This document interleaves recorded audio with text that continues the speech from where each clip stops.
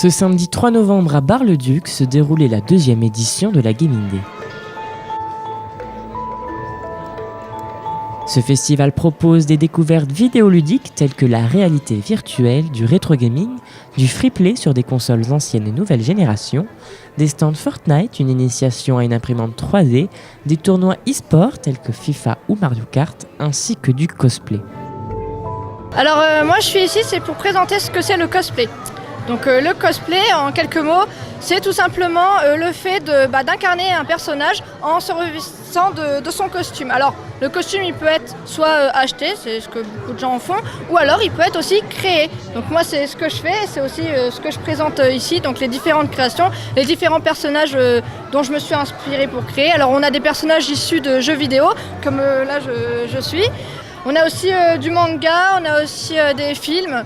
Donc voilà, donc je présente un petit peu ce que c'est le cosplay au grand public et puis ça les intéresse. Donc moi c'est tout bénef. Cette 2e édition a également été marquée par la présence de 2 stands de prévention, la Maison des adolescents de Bar-le-Duc ainsi que l'ANPA 55, l'Association nationale de prévention d'alcoolologie et d'addictologie de la Meuse.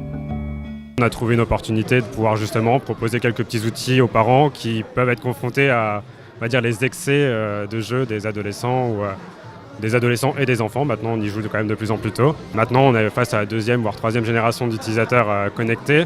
Les parents sont eux-mêmes connectés via le smartphone et via les réseaux sociaux. Donc là, la problématique, elle est vraiment aussi bien proche des parents que des enfants. On est à un bureau sur Bar-le-Duc et sur Verdun où on propose de l'accueil en fait toute la semaine jusqu'à 19h le soir pour justement permettre aux adolescents et aux parents qui auraient des questions ou des problématiques liées à l'éducation de leur enfant et de leur adolescent de venir chez nous rencontrer pour justement aborder ces questions-là. Ici, on est donc à l'ANPA, c'est l'Association nationale de prévention en alcoolologie et en addictologie.